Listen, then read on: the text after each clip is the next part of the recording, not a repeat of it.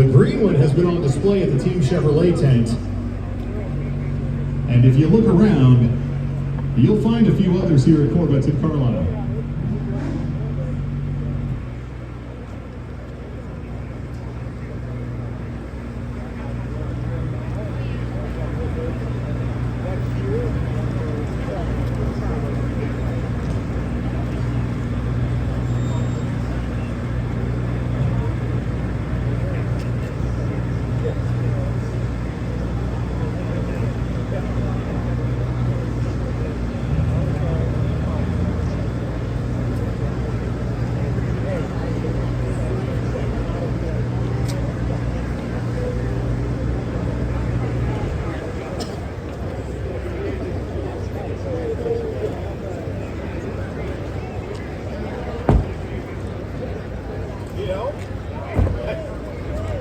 I can get people on your way, trust me. I have a very loud voice. And I can testify.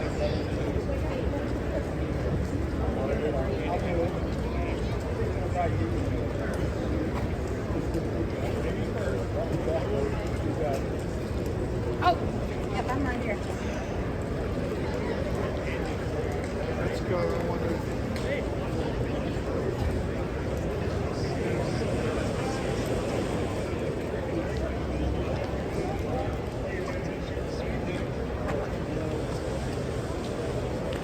Good afternoon, everybody. Welcome to Corvettes in Carlisle 2025. Are we having a good time? That was almost good enough that I'm not going to ask a second time. But, are we having a good time? It's always better the second time. Does anybody ever go for a third time? Are we having a good time? All right. Yay. Thanks for being here. Thanks for coming out. Beautiful weather for Corvettes at Carlisle. And it's just going to be an awesome rest of the day today and tomorrow as well. Make your way around the Aerolarry Fun Field to check out the cool cars on display, both in the general fun field and those that have opted into our reserved and chip circle area of the fun field. We have some cool special displays as well, including our ZR1 showcase, the King of the Hill gathering for Chip's Choice in Building T. We also have the Racers Reunion near the Crossroads and our friends from Team Chevrolet on the Midway as well. Speaking of the Midway, great brands supporting the hobby here, also in the automotive flea market. So if you're looking for those Corvette parts, new or aftermarket, maybe some pre-owned parts for something you're working on at home, be sure to visit all of our great vendors. To talk directly with as many Corvette fans that show up here, and what a great time to be involved in the Corvette and talk about these amazing products. So yeah, so I wouldn't miss it. And Corvette's name has been in the news lately, breaking records and capturing headlines. And you have two amazing ZR1 X's here, and I will let you and your crew tell the tale about what we are looking at. So between Tony, Josh, and Austin, ladies and gentlemen, sit back and let's learn about what Corvette is bringing to the table in 2025 and beyond.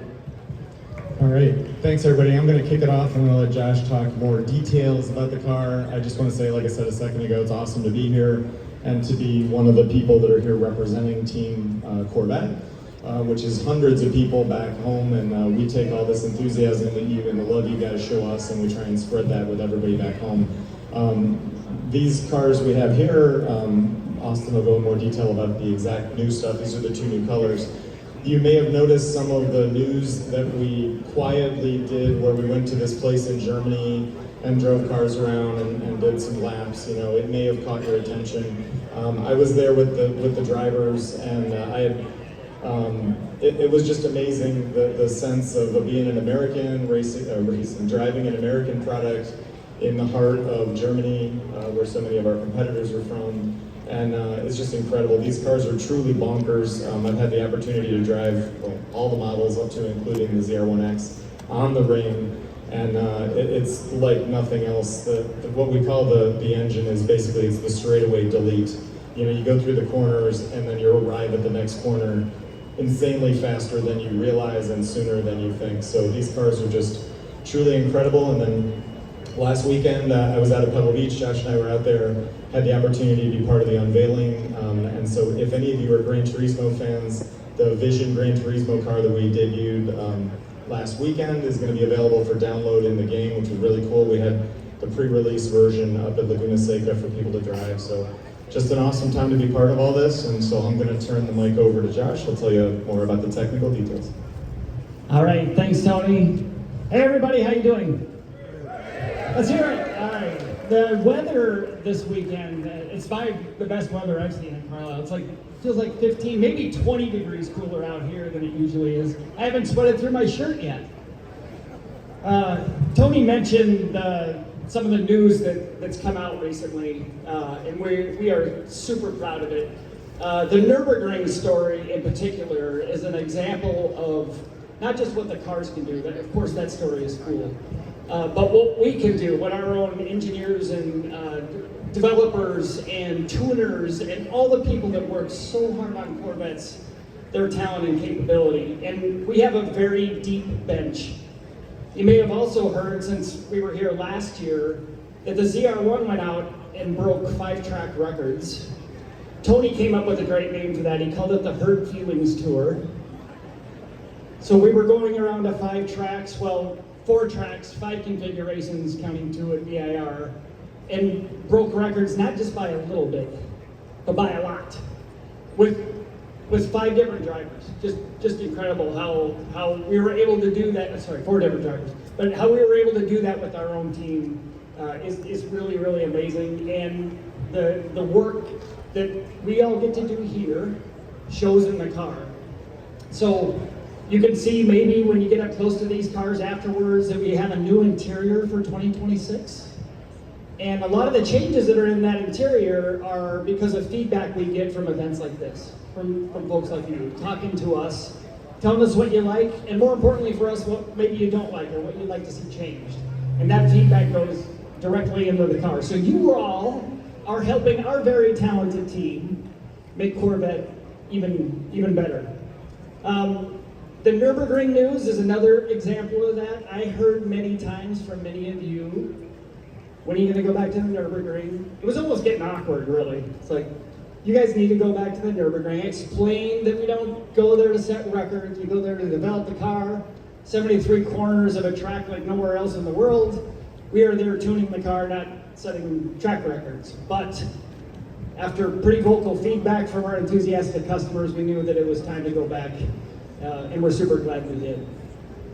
I'll talk a little bit about ZR1 X. Last time I was here, we were talking about ZR1, 1,064 horsepower, in case you forgot. Dual overhead cam, flat plane crank, biggest pair of turbos fitted to a V8 engine. It's a monster. It was such a monster that it broke our own dynos, which had already been upgraded prior to testing and development of the LT7. We took that super capable engine and then married it with the electrification and all the lessons that we've learned from the E-Ray.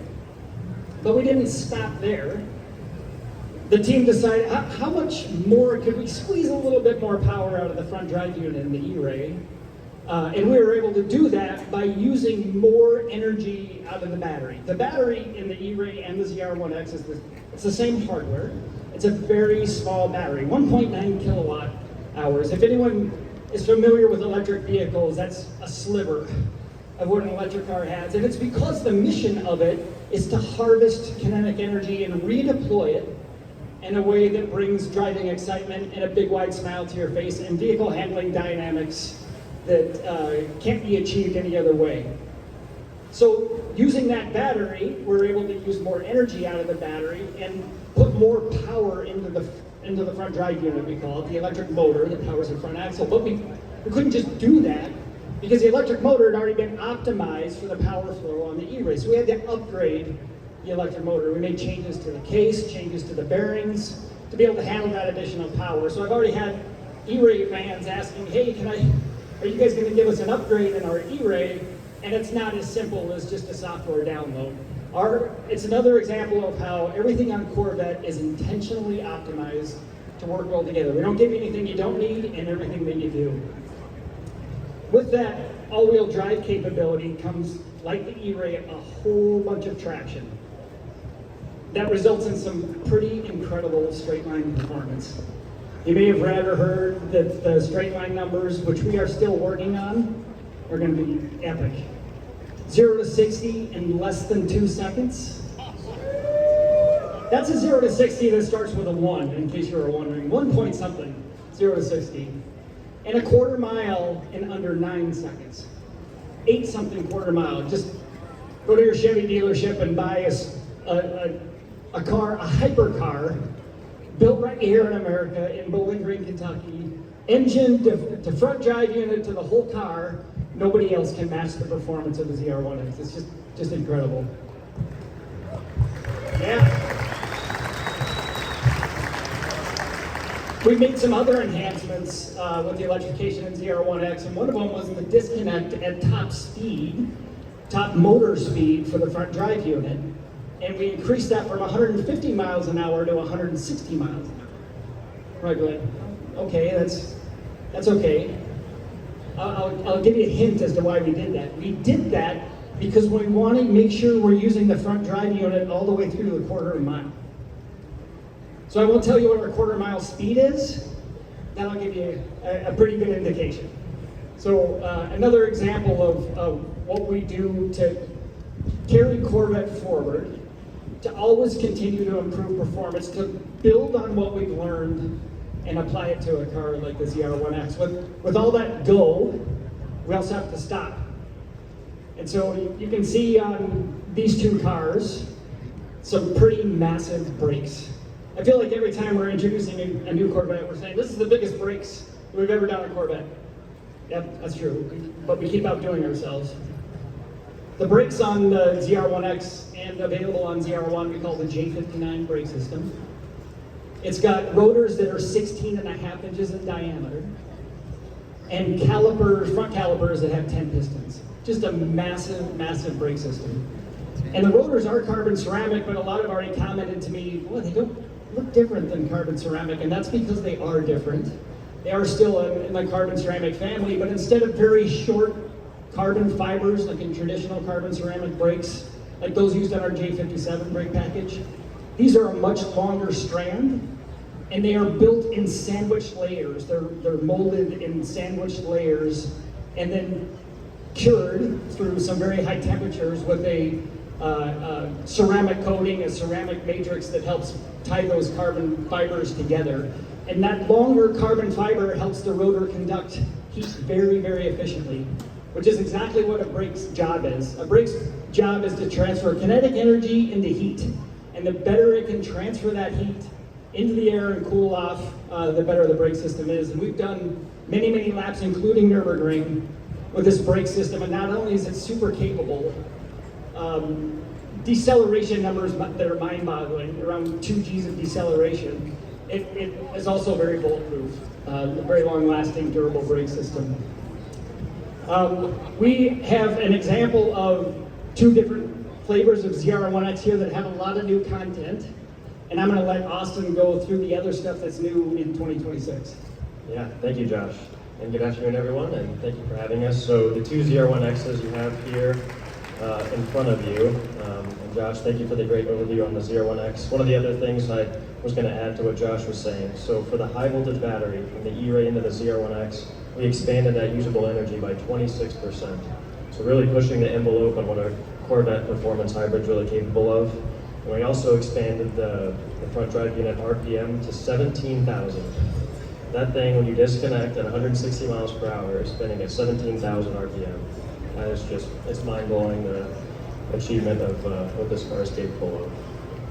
And so the kind of the 2 flavors of ZR1 X we have in front of us here is the ZR1 X carbon fiber aero package. So you can see a lot of the carbon fiber is standard on the ZR1 X, whether your door, splitter, rockers, but if you want the extra downforce, you can get the dive planes, the tall carbon fiber spoiler, and then we have this, you see the 2 different hoods in front of you. One has the extended wicker, which creates a lower pressure zone, which creates more airflow up over the car, which increases downforce on the front of the car. So if you ever notice why that part is there, it has a mission not only to show more carbon fiber, but it also puts additional downforce in the front of the car. So as Josh mentioned, I'll talk a little bit about the 2026 Corvette in general and some of the new upgrades. I'll start with the exterior and then kind of work our way through the interior, and then I'll talk about customer experience with the reconfigured interior and some of our screens and controls. So our two new colors for 2026 are actually right here in front of you. We have our Roswell Green Metallic right here. It's a beautiful, beautiful green, and we have our Blade Silver Metallic. So these are the two new colors available in all 2026 models. And you can see the car here also has the asymmetrical stripes on it, which is a pretty neat combination. They invert each other on the exterior portion of the stripe. The edge red has a black surround, and then the carbon flash has an edge red surround. So it pairs very nicely with our new interiors. We have 5 new interiors in 2026, 2 of which are also in front of you. This is the asymmetrical red jet black. So you get the driver cockpit is asymmetrical red, and the passenger is a jet black, and you have red stitching throughout to really pair the two together, and you get red seat belts. In this example of the ZR1 X, you also have what we call the seat combination, where you have a competition driver seat and a GT2 passenger seat.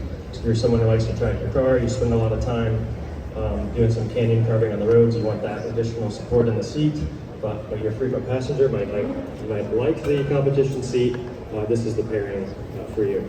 So that's the asymmetrical red, and then on the green car we have very dark atmosphere, which is a espresso brown with a natural stitching, and it's been paired with yellow seat belts to go with the yellow calipers. And so we have these two on display, and we have the rest of the interiors that are new for 2026 in the Team Chevrolet tent.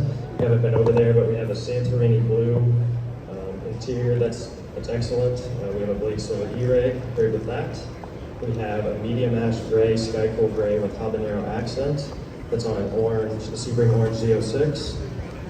And we also have the Ultimate Suede, which is a black, which also has a suede IP, and you get that in 2 different flavors. The whole interior is practically suede, and you can get the steering wheel and seats with suede or with leather.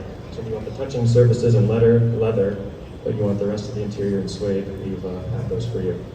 So just a little bit about the interior and exterior elements that are new for 2026. And if you've noticed, we have pretty much a redesigned interior. If you look at the new screens on the far left, you have a new auxiliary display. So previously we had the driver information screen and the infotainment system. So we increased the size of both of those and actually lowered them so you can see out above the dash better and allow your occupant a better view of the screen, to have them be more a part of the infotainment experience. And we also have the new gauge on the left, the new auxiliary display on the left. So that screen can have additional gauges, G-force gauge, high voltage battery, turbo boost, etc. So your trip information is, your heads-up display controls, your lane keep assist, and also below that is something new for 2026 called launch control. Or we have a physical launch control switch now just below, and so that is where you can actually manually set the RPM and your ELSD slip values you'd like to launch the car at, which is a really incredible feature. If you move your way across the screens, we have on the center display, we have our new performance app. So if you have a 2024 or 2025 E-Ray, you might be familiar with the E-Ray performance application. It's excellent, especially if you're a geek like me. You can really see the front electric motor and the rear V8 kind of working together, and you actually plot your torque and horsepower values right in front of you. And you can see, if you have a manual car, you know the shift time, you get that momentary lag in acceleration for that dip. With the DCT, that time is now decreased to blink of an eye. And with a hybrid system, the electric motor actually fills in that delay. So when you see that plot, you can see the linear path of the electric motor filling in, assisting the V8. So that E-Ray Performance app has now been expanded to the entire Corvette lineup, just called the Performance app now. So Stingray, E-Ray, Z06, ZR1, ZR1 X all now have this app. We can get tons of information, anything from your power gain, your fuel economy, your turbo boost, engine torque and horsepower, electric motor torque and horsepower, all in front of you. So it's an excellent feature for a driver-centric car. We want to make sure you have all the data you need when you're on the track to optimize your lap times. So that is a quick overview on what's new for 2026. Tony, Josh, anything you guys want to add? I think Austin covered it well. It's another example of how we're always moving forward, looking forward on Corvette, making improvements, and there's a whole bunch to go through. If you haven't been to the Corvette team tent, I encourage you to do so. We've got the cars Austin mentioned inside that tent, and a lot of really smart people that can answer all your questions about what's new for 26. You can try to coax out of them what might be new in Corvette future. They're not going to give you an answer to that. But we enjoy getting feedback and answering your questions. So please see us over at the tent. We have like 5 more minutes. We should try this. We'll play a game of Stump the Chump. You guys can ask us questions. And of course, after that, we'll be around a little bit right here as we get the cars and roads. So we're happy. If there's something you don't want to ask in public, you can ask us that. But does anybody have any questions they want to ask? You have to ask. The question was, what was the quarter mile time and top speed? Top speed, I'll answer, was 233 miles an hour. You might say, well, he's confused. He's talking about the ZR1. Well, no, the ZR1 X also goes 233 miles an hour. The physics of the car at that speed are almost entirely about drag. And the ZR1 and ZR1 X in this configuration here, our low downforce configuration, is also the lowest drag. And so we're going 233 miles an hour. Quarter mile time, I gave you the unders, but notice I didn't give you an exact time. And that's because we're still trying to squeeze every millisecond of performance we can get out of the ZR1 X. But it's going to be awesome. And when we're done and confident, we will let you all know. Okay, so the question was the starting price, so these start at $207,395. Whatever it is for. I think when you actually come for the launch control of ZR1. Max RPM on launch control in ZR1, I think is 3,500. I think I got that right. I don't know, afterwards we'll test and see what it really is. But it varies by engine, which is why it's hard to keep straight. But the idea of custom launch control, which some of you might be aware of, is that you can adjust the engine speed at which you launch the car. So the RPM of the engine at which you launch the car. The more RPM, the more torque. However, the more torque, the more likely it is to break traction. So it's a way for you to balance based on conditions that you're operating the car. You can also adjust tire slip. So that's how much the traction control system is going to let the tire spin before it starts to clamp down on that torque output. So the question was, will there ever be a Zora? Ever is a long, long time. It'd be irresponsible for me to never say that. Yes.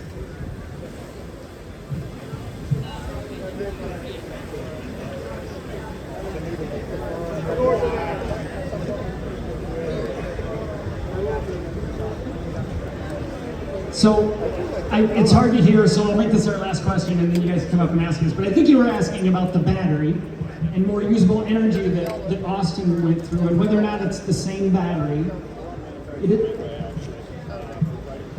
If it compromises the life of the battery. And the answer to that is no. It does not compromise the life of the battery. Remember, these aren't lead acid batteries that sulfate. They're a very different technology than the batteries like that. So they can handle battery cycles. It's lithium ion. And even the little amount that we're leaving, we carefully control the state of charge of the battery and how much we're letting you use it to optimize the life of the battery. But you won't have to worry about that extra performance sacrificing the life of the battery. Okay, I'll cut off there. You can come over because it's hard to hear. Anyway, thank you all. We'll see you at the 10, I hope.